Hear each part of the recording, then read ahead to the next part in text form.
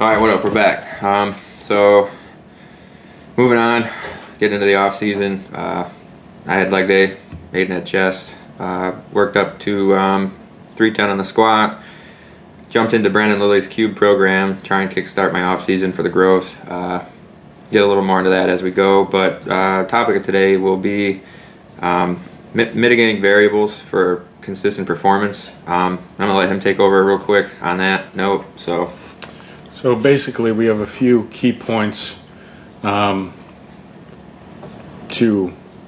mitigate, which would be, our talking points are training and warm-up sets, sleep, food, ergogenic aids, the 5 Ps, and mental rehearsals, just as kind of a more broad view. Right.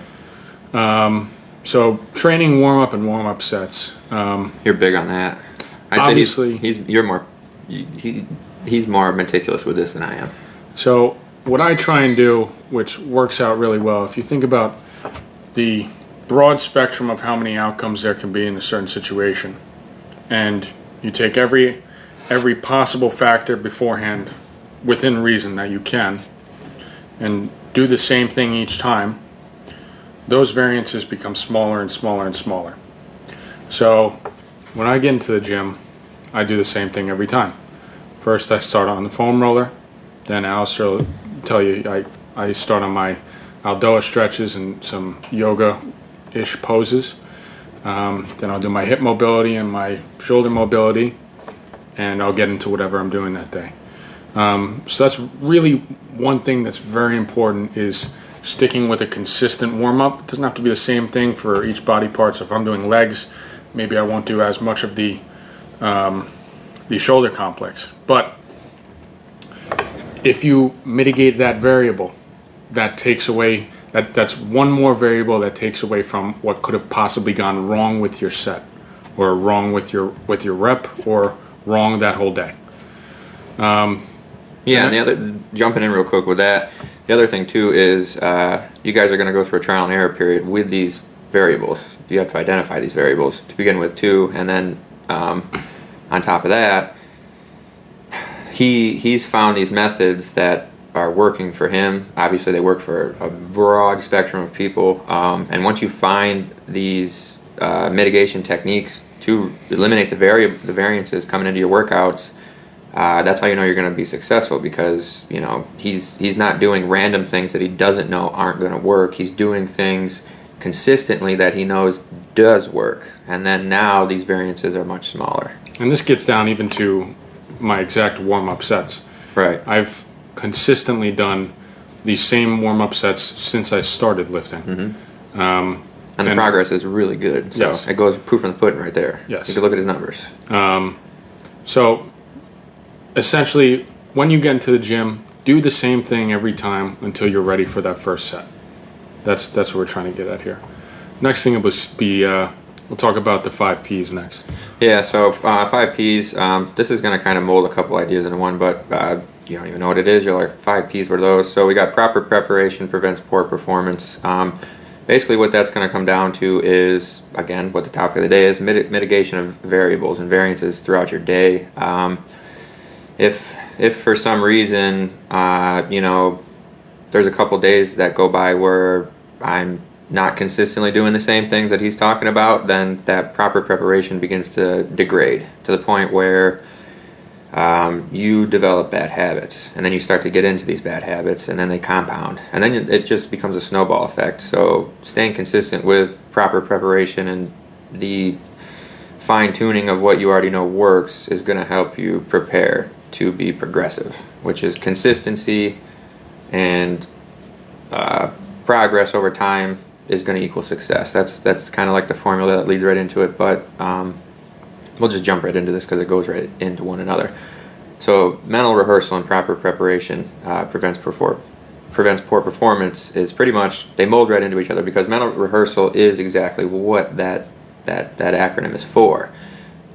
When I go into the gym, so now when I'm bodybuilding, it's and I'm getting really strict into like hypertrophy phases, it's not as much about focusing on the lift as it is the day. So like now when I'm in bodybuilding mode, I'm coming in here and it is like, we got chest and back, I got supersets, going to be a lot of volume, a lot of stress to the muscles with high 8 to 12 set or reps with sets. So I'm thinking about this days, even maybe a week beforehand. If it's going to, get down to the nitty gritty at the end of prep and it's going to be hard.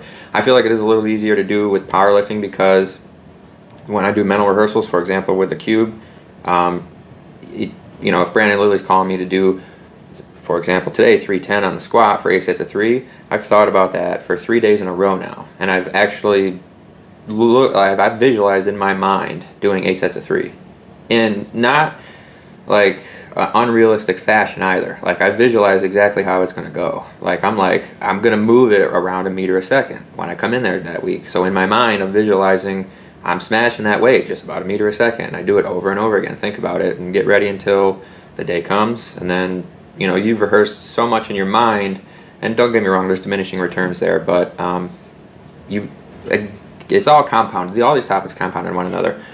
You mental rehearse, you got to find the consistency that you need to mental rehearse with. So what do I mean by that?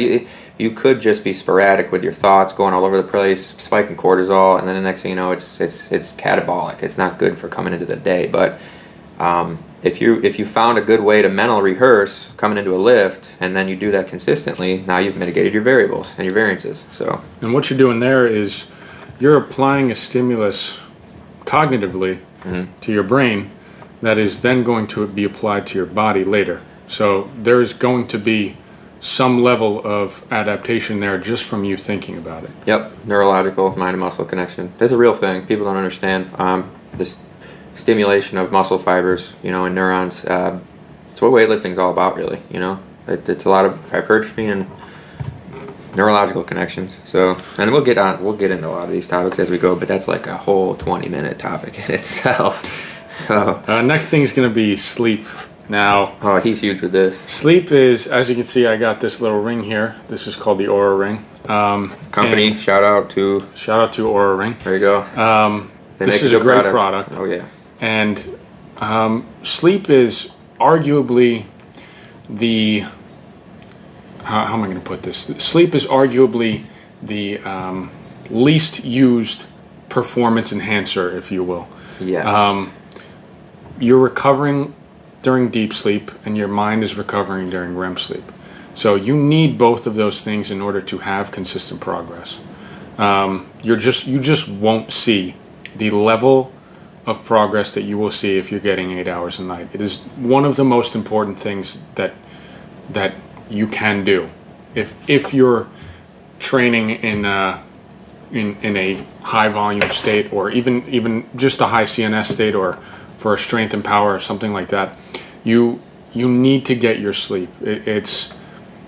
I can't speak to it enough. Anything you got? Yeah, so basically kind of like the premise of what he's saying is people will sit there and they'll go into these lifts and they might not be hitting their lifts that they know they're going to be hitting that day, and they're like getting all frustrated and stuff, but what they're not thinking about is the sleep they're having. Not even the day before, the week leading into it. Yeah, those 7 days prior, how did you sleep? Because if you're sleeping terribly, you're waking up numerous times throughout the night, you're getting 5 hours of rest that night, you're going to wake up feeling like dog shit, and your CNS is not going to be primed. You need to be primed when you're approaching these lifts. Lions do not hunt when they're not primed.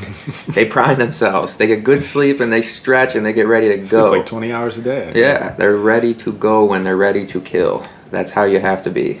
And obviously, we're going to talk about food. There we go. Food, we're both pretty big on food right now because he's post-show. We eat a lot, so. But yeah.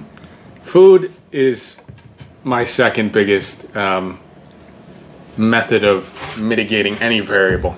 I basically have the same dinner 5 nights a week. Yep. That's because I'm a poor college student, but also because it works. Yeah, I was going to say, don't even, the finance is like big on a budget. You guys should go check that out with Animal Pack. They got a good one. Shout out to them. But one of the things with food is, he hit the nail on the head. Again, this is all compounded. We're going to say this over and over again. These topics go right into one another. The food. I have gone through years of eating different meals, number of meals, different foods, timing, levels of protein per meal, cycling carbs per week, per day, per however you want to slice it. And over time, I found an optimal solution for my body. And it's pretty, we're not aliens, so like we're all going to generally fall under a blanket. Bookends. Yeah, it bookends here, but like in between, it's like, okay, fats, carbs, proteins, manipulation of that depending on how your body's structured and whatnot, and you're man or woman with estrogen, testosterone, all that stuff matters. But at the end of the day, I found what works for me. In the off season, can I have a little bit more variables here and there? Like I'll cheat in the off season, yes, but these are sprinkles. They're not every day. So 7 days a week, I eat about 6 to 8 meals, and these 6 to 8 meals are the exact same meals that I do either in or out of prep, but the difference just becomes down to timing, number of meals. It's just an overall amount of food I eat, but it's the same meal. So like I'll go in prep, I'll have, let's just say half cup of rice with 4 ounces of chicken or 6 ounces, versus in the off season I'm doing like a cup and a half maybe with 6 to 8 ounces of chicken. But these things are the same because they work for me. And that's one more thing that he can then cross off and say, this is not the reason why this went this way. Yes. And so this is what this all is. Other thing with that too said is now I can also manipulate these things so much easier, because if it's that meal that's maybe causing me the issue, so you're getting off topic of weightlifting here, but let's just say you have like an allergic reaction to like lemons, right? And it's an high acidic food. If you're eating the same things every day versus just being an average Joe and just grazing like a cow all day long on all sorts of different things, and you don't even know what you're eating every day or how many calories you're eating or what's going into your body, because a lot of guys know what goes in their cars, they don't know what goes in their body.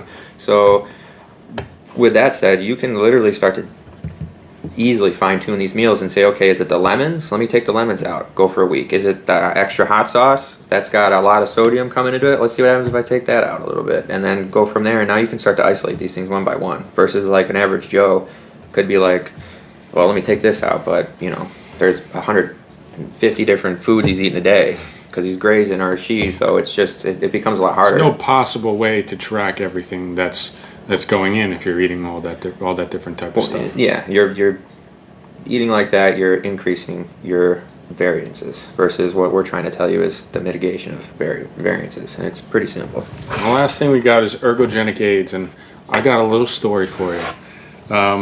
I don't do good with caffeine. Alleister knows this. Everybody knows this. I get anxiety from it, blah, blah, blah, whatever. So basically, I don't take it. I stay away from it.